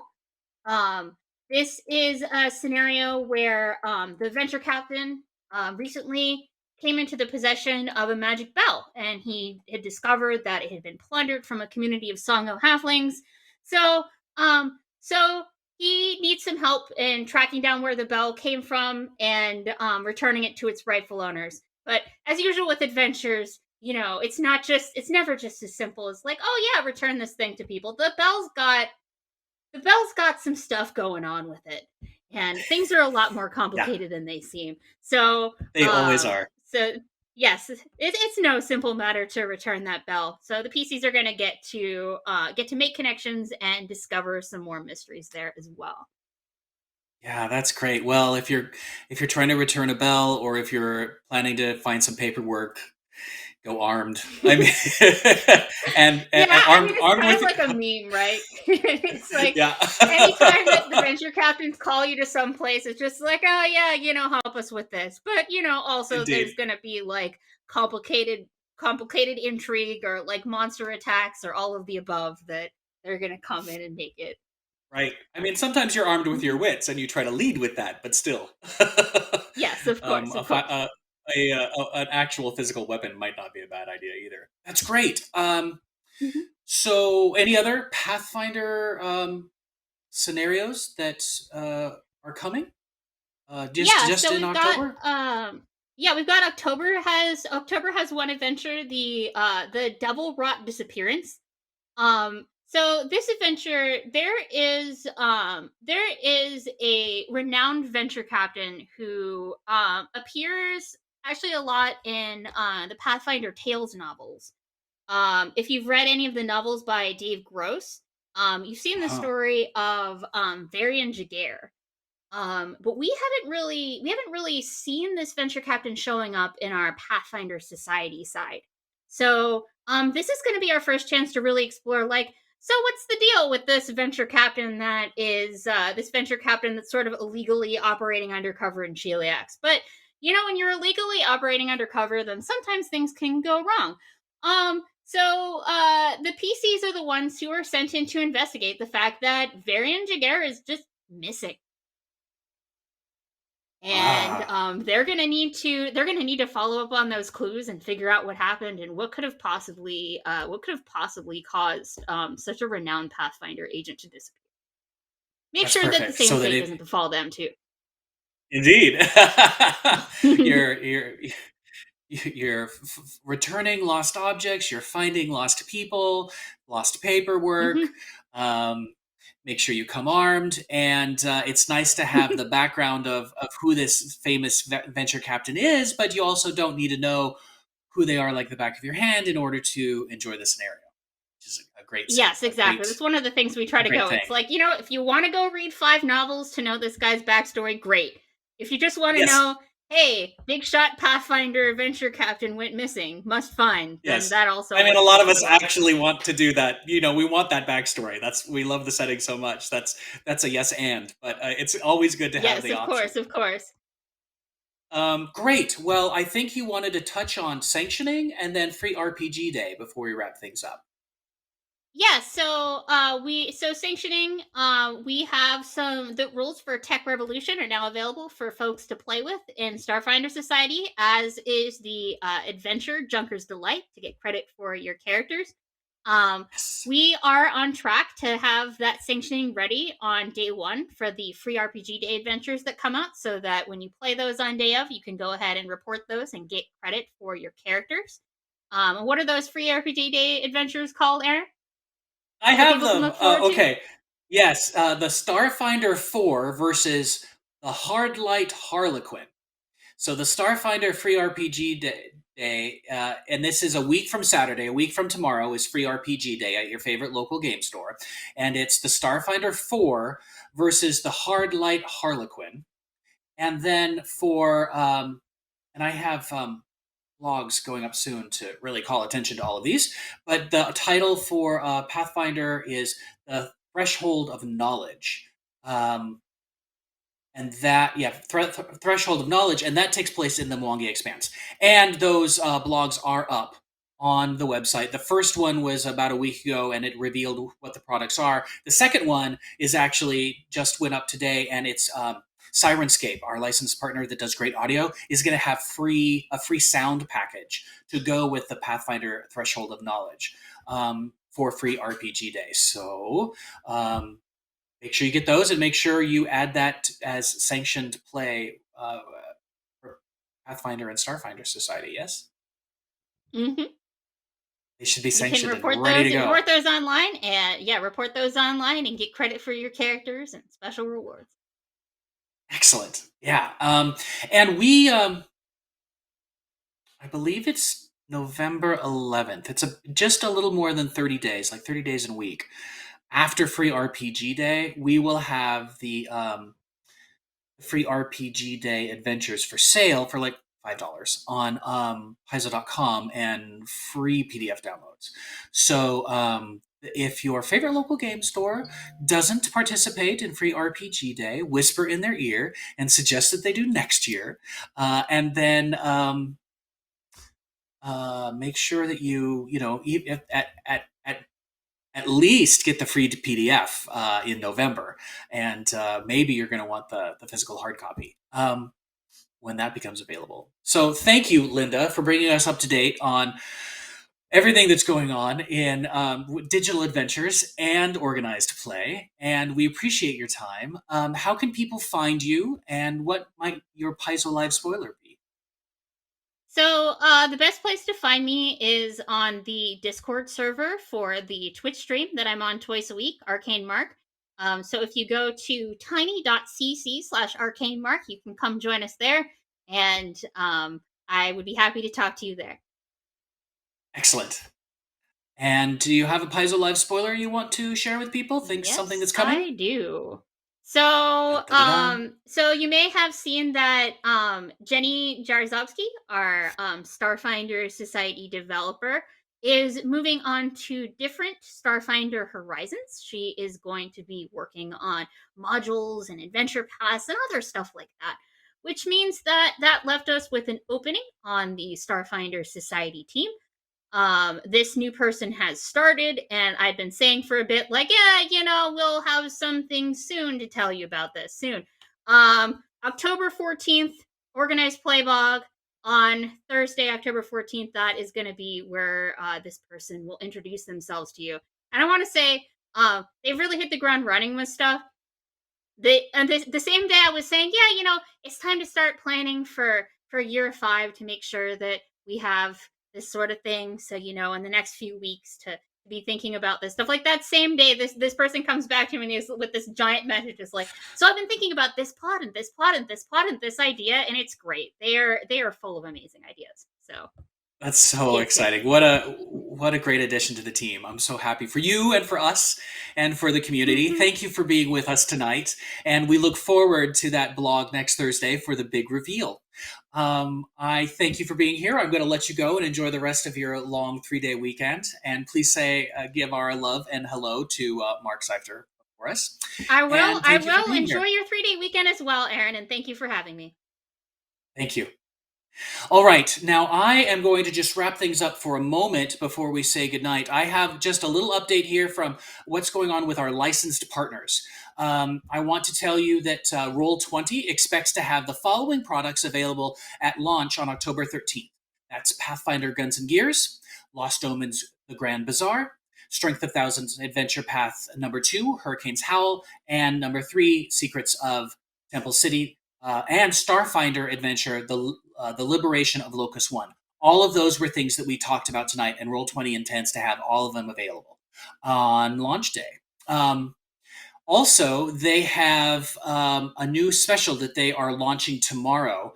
Keep your games rolling on Roll20 and get a free copy of the pirate-themed Pathfinder one-shot Sundered Waves.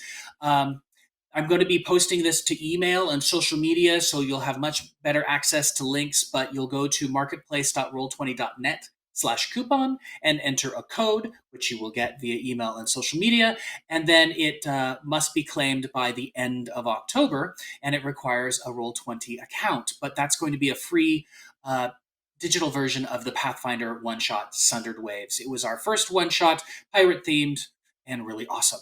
Geek Grind Coffee Company, we've mentioned that they have Sunrise Maiden, which is packaged based on the Starfinder adventure Liberation of Locus 1. They're also bringing back Dark Harvest for Halloween. It's a dark roast coffee that has Pumpkinhead Leshy on the front, and that's awesome. And they had it last year, and they're bringing it back this year, and I hope that's an annual tradition. Hero Lab plans to have Hero Lab by Lone Wolf Development plans to have Pathfinder Guns and Gears and Lost Omens The Grand Bazaar available for Hero Lab Online on October 13th, and the Pathfinder Agents of Edgewatch Adventure Path available on the 20th. So look for those. Our partners at Wanderword and Poptail have a special going on with Starfinder on Alexa, the award-winning science fantasy audio game. And if you go to poptail.com/giveaway, they would have you tell them about your favorite Starfinder beginner box audio experience, and then you're in it to win it, and you might win a physical copy of the Starfinder beginner box. More on that on email and social media, just giving you highlights here. And then with WizKids, I showed you earlier, we have Pathfinder Battles Bestiary Unleashed, which is now available. It went live on October 6th. And here's the big box of Tree Razor. Probably the glare is terrible, but oh my goodness. And also, we have an email that says that Pathfinder Battles set Dungeons Deep Gargantuan Red Dragon is getting a reprint. And I don't think we quite have that in stock in our store yet, but you might find it at your favorite local game store. I think it's hitting them now, so look for Pathfinder Battles Dungeons Deep Gargantuan Red Dragon. And last but not least, our partners at Level Up Dice have had a Kickstarter campaign called the Adventurers Curated Dice Collection by Level Up Dice. And their pre-order for those custom aluminum dice customized for your particular character, that pre-order is ending October 15th. So just go to Kickstarter and type in Adventurers Curated Dice Collection, or just Level Up Dice, because I think it's their only Kickstarter. And you're not going to want to miss the boat with these amazing dice. That's a huge D20, of course. And then I have a whole bunch of aluminum dice here that are just amazing. They're heavy and they're solid, and I love them. I was able to pick up samples when they were here for PAX in Seattle recently. So thank you all for being here, and it's been an amazing night of showcasing Pathfinder and Starfinder products. We're at 2 hours and 7 minutes, so I apologize for going just a little long, but thank you for hanging in there with me. And follow us on all of the Paizo social media accounts. We're on Twitch here, obviously, Twitter, Facebook, Instagram, YouTube, and you can find us at Paizo.com with lots of blogs, and sign up for our emails. Thank you all for joining me tonight, and until next time, adventures ahead.